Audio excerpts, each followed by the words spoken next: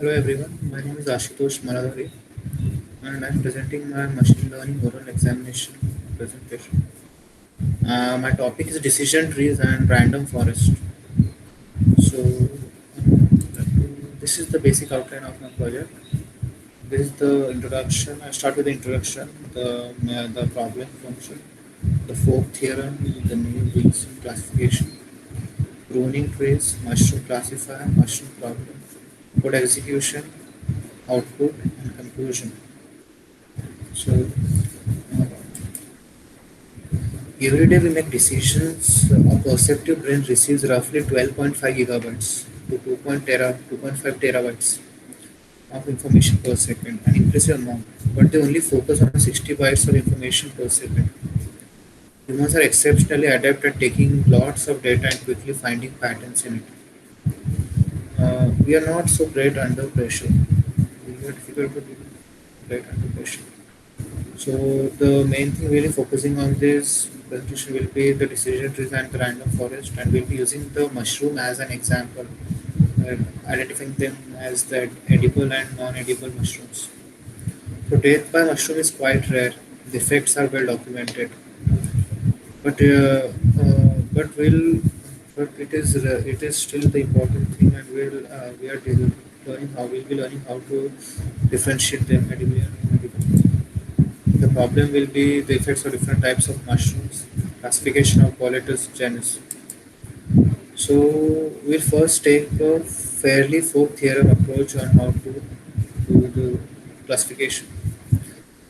Uh, we'll classify mushroom using some of the normal classification techniques to determine whether something is poisonous or not. Then we'll move into splitting our data into pieces based on attributes of mushrooms. We'll also talk about the ill effects of deep tree. Last, we will discuss finding trees using an assemble method called random forest. So, folk theorem, we will be using folk theorem in this mushroom classification. These are the non-edible mushroom. The ways the mushroom can be called as non-edible. When poisonous mushrooms are basically brightly colored, insects and animals will avoid it contact with poisonous mushrooms. Poisonous mushrooms will turn rice red if boiled. Poisonous mushrooms have pointed cap. Edible mushrooms have a flat cap. Poisonous mushroom taste bad. Fluids are safe to eat. Here is the basic flowchart of the folk theorem. Here the mushrooms that are brightly colored are poisonous, and if they are not brightly colored, they may not be poisonous. And if the same mushrooms are in the subsection are avoided by insects, they are poisonous. And if they are not avoided by insects, they may not be poisonous. In the another subsection, if those mushrooms are turned red in rice, they are poisonous, and if they not turn red, they are non poisonous. If mushrooms are pointed cap, they are poisonous, and if do not have pointed cap, they may not be poisonous. If they taste bad, they are poisonous. The list goes on. With the help of this, we determine the mushroom is edible or not edible. So, all of those anonymous and unfortunately have killed many people who follow some of them. But we might be able to increase the accuracy of this list by bringing them all into one unified theorem or folk theorem. Say, for instance, we first asked whether the mushroom was brightly colored or not.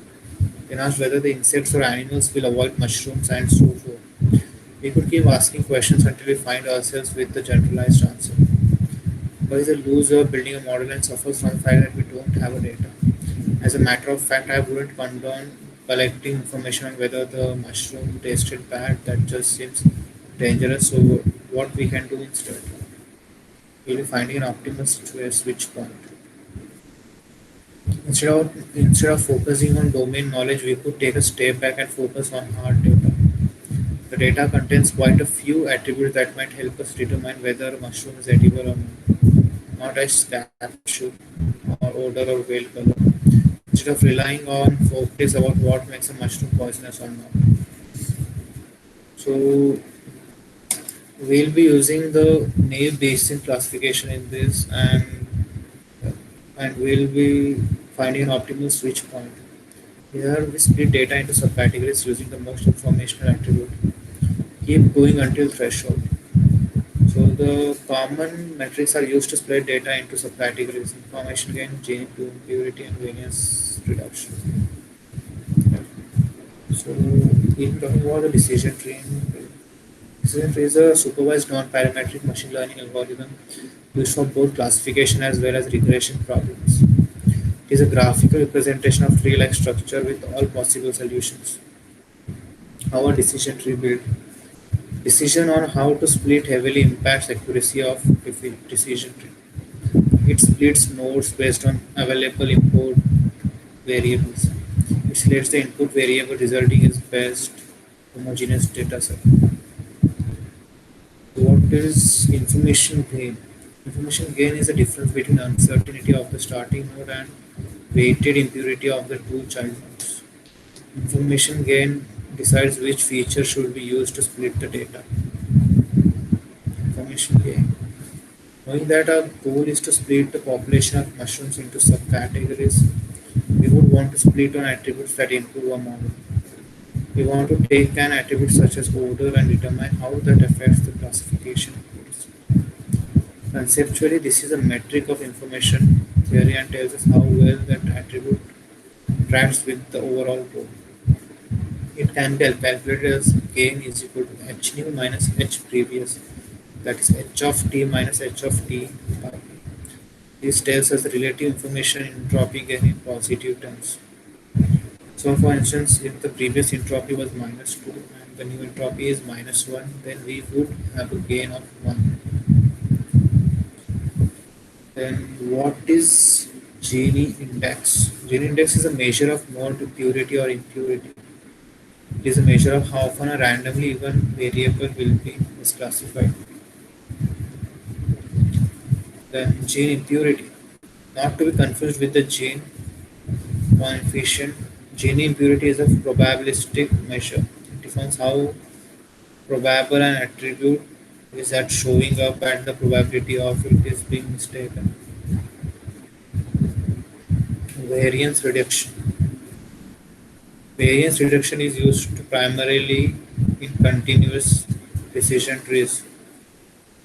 Conceptually, variance reduction aims to reduce the dispersion of the classification.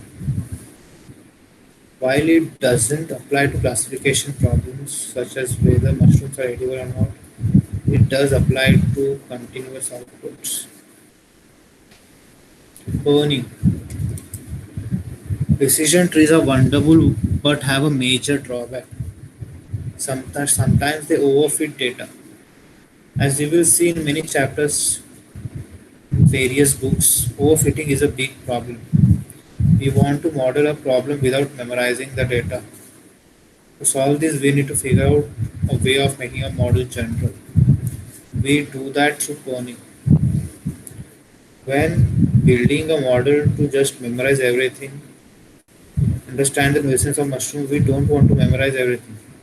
Finding the optimal pern tree is difficult because we need to run through original approach for training the decision tree in the first place. For that, we'll utilize an ensemble method called as random forest. So, with the mushroom classification, we have discovered that we find a solution, but it takes a very long time to run. We want to find the optimal subtree that can also be thought of as a decision tree that satisfies our model. There are lots of ensemble methods. We'll focus on bagging and random forest. Bagging. One simple approach to ensemble learning is bagging, which is short of bootstrap. This method was invented in a way to improve a model without changing anything except the training set.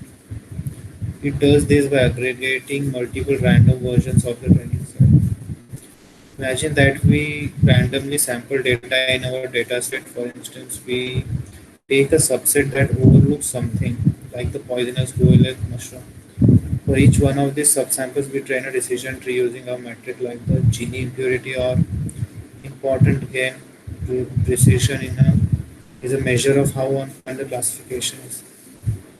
For instance, out of all the positive measures, the model finds how many them were correct. Recall can be thought of as sensitivity of the model. It is measure of whether all the relevant insurance were actually looked at. Accuracy, as we know, it is a simple and error method of the model.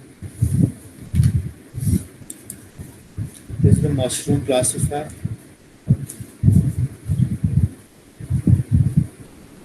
Basically, before that, we should talk about random forest. I think random forest is the most simple and widely used algorithm used for both classification and regression.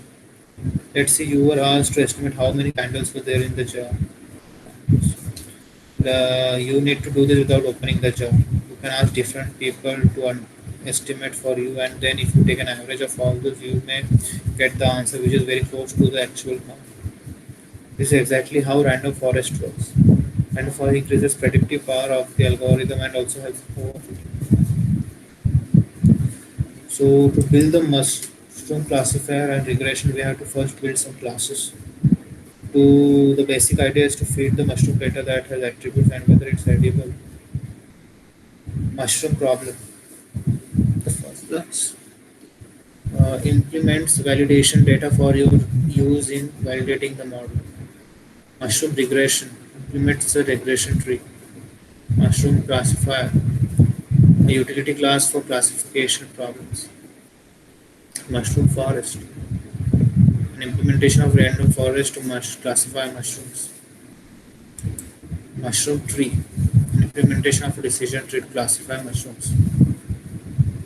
Mushroom classification and regression take two different forms. Square way of determining how well, square error, and confusion matrices. Confusion matrices are a way of determining how well classification problems work.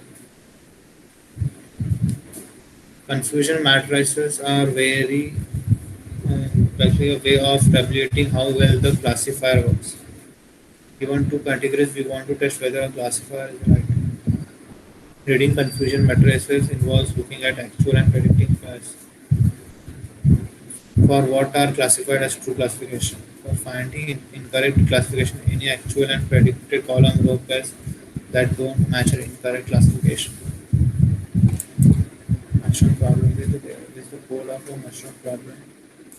To write this classifier, first we need to do some setup. We'll heavily rely on the pandas, numpy, and scikit-learn.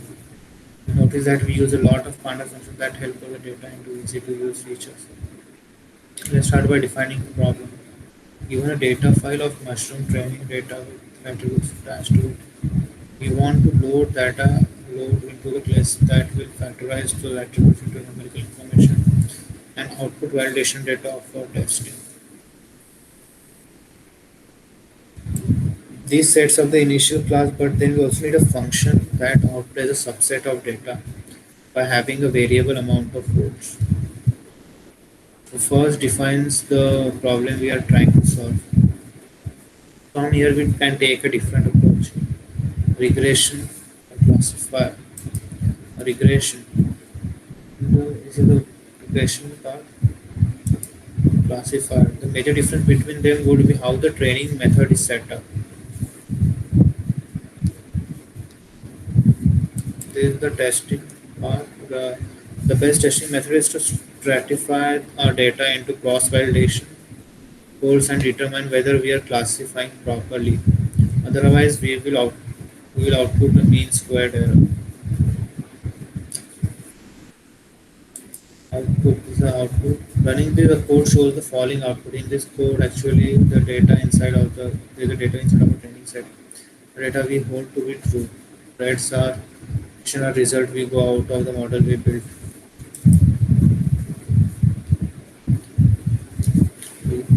I'll tell about briefly about the program. We are making a machine learning model. Then we are creating a class of array data frame and a different data frame for the features. We are basically testing the confusion matrix. In a way, what we are doing, we are taking the regression classifier and a decision tree, and we got to see which performs better. Random forest is a commonly used machine learning algorithm trademarked by Leo Goldman and Abdul Kadir. Random forest algorithm is an extension of the bagging method as it utilizes both bagging and feature randomness to create the uncorrelated forest of decision trees. Key benefits of the key benefits reduced risk of overfitting. Decision trees run the risk of overfitting as they tend to fit all the samples within training data. However, when there is a robust number of decision trees in a random forest, the classifier won't overfit the data model since the averaging of quoted trees lowers the overall variance and prediction error. Provides flexibility. Since random forest can handle both regression and classification tasks with a high degree of accuracy, it is a popular method among data scientists. Features bagging also making the maintain accuracy when a portion of the data is missing. Easy to determine feature importance. Random forest makes it very easy to evaluate variable importance or contribution to the model. There are few ways to evaluate feature importance. Key challenges: time consuming process. Since random forest algorithms can handle large data sets, they can be providing more accurate prediction, but can be slow to process data as they are computing data for each individual decision tree. Requires more resources since random forest process large data sets. They require more resources to store the data. More complex. The prediction of a single decision tree is easier to interpret when compared to a forest of the random forest applications. The random algorithm has been applied across a number of industries, allowing them to make better business decisions. Some of them may include finance. It is a preferred algorithm over others as it reduces time spent on data management and reprocessing tasks. It can be used to evaluate customers with high credit risk to detect fraud and marketing pricing problems. Healthcare. The random forest algorithm has application within computational biology, allowing doctors to tackle problems and use gene expression classification, biomarker discovery, and sequential evaluation. The result doctors can make estimates about drug response to specific medication. It can also be used for recommending the engines for cross-sell purposes. Especially e-commerce. So in this chapter, I would like to conclude that we learn how to classify data using decision tree. This is useful for making hierarchical classification and then certain attribute to determine split points well. We showed that decision tree and random forest are both well suited for planning mushroom.